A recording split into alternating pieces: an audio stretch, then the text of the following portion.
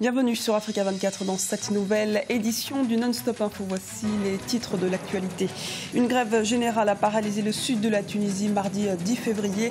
Ce mouvement a été lancé après la mort d'un jeune homme ce dimanche dans des heurts entre manifestants et policiers à Deiba. Les tensions restent vives dans la région.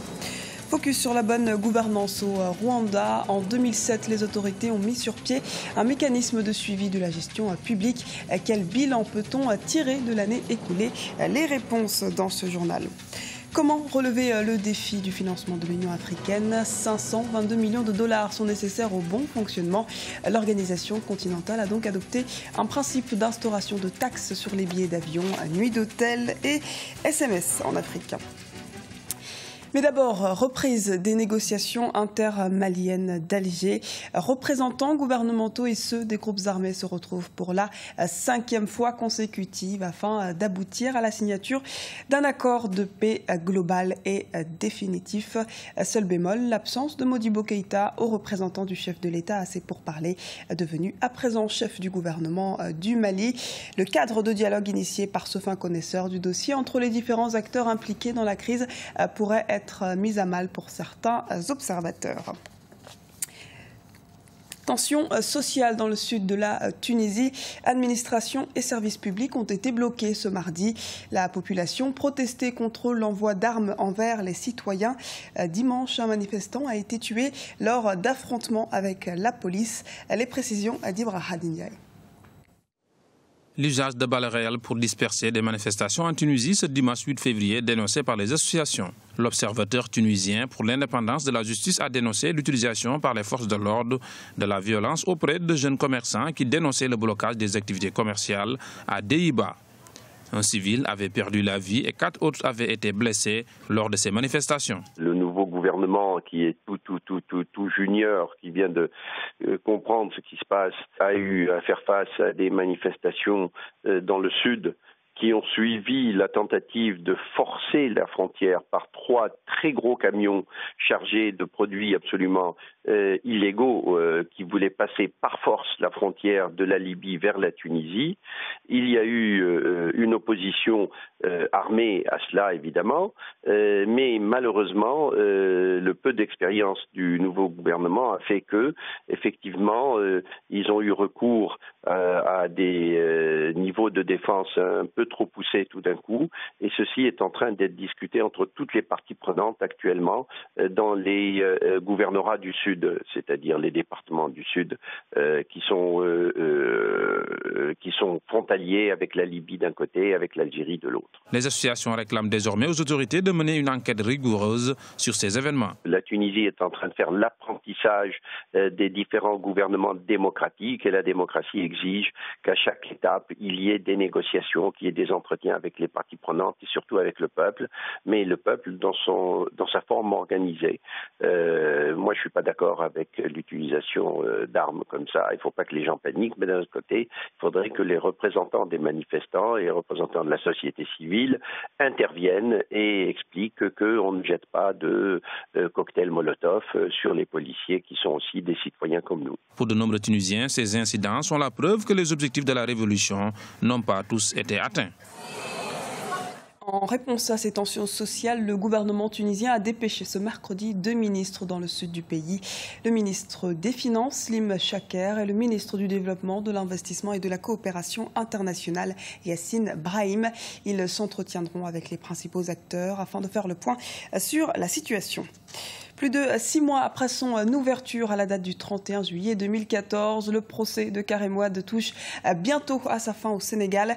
L'ensemble des témoins à charge ou à décharge ont déféré devant le président de la Cour. Les plaidoiries de ce procès pour enrichissement illicite commenceront lundi prochain. Bilan de la bonne gouvernance au Rwanda en 2014. La gestion des affaires étatiques est globalement jugée satisfaisante.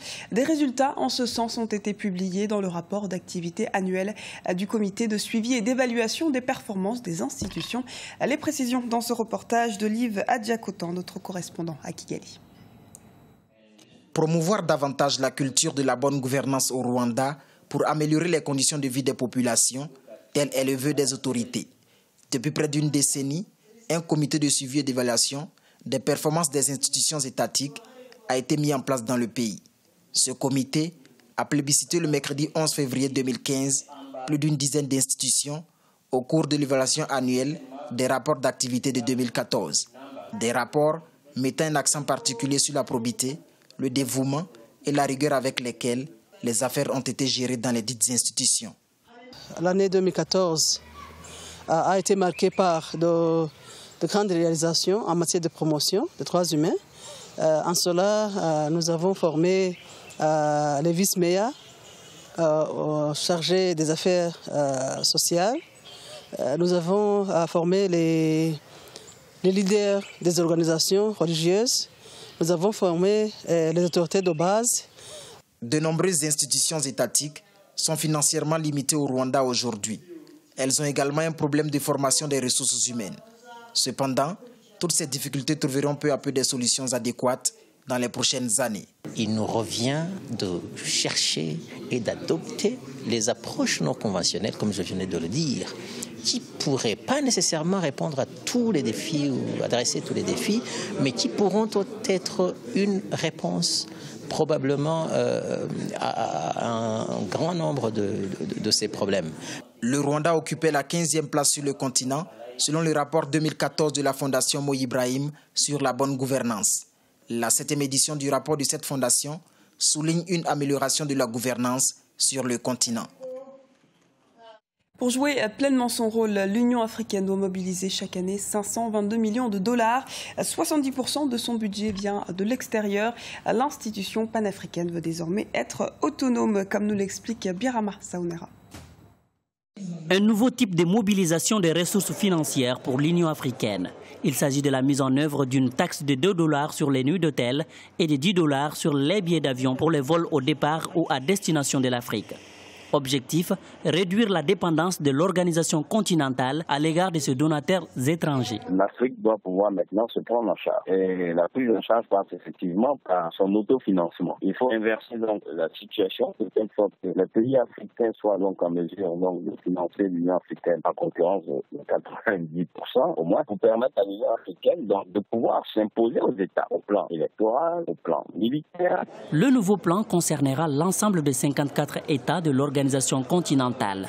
Selon des observateurs, une collecte de ces taxes devrait permettre de lever 730 millions de dollars par an.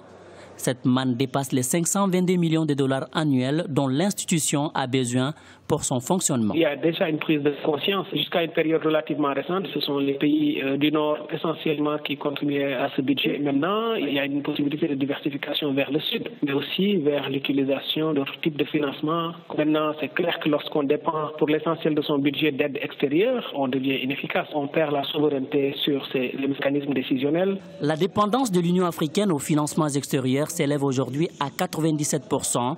Pour certains experts, l'accent doit être mis sur la souveraineté monétaire du continent. Une taxe additionnelle de 0,5 $ par SMS échangé sur le continent sera aussi mise en œuvre. Pour des experts, ces mécanismes rapporteraient 1,6 milliard de dollars par an à l'organisation continentale. La matérialisation de ces mécanismes de mobilisation des ressources financières permettra à l'Union africaine de financer 65% de ses dépenses dans un délai de 5 ans à compter de 2016. Ce journal a été réalisé par l'ensemble de la rédaction. Nous vous remercions pour votre fidélité.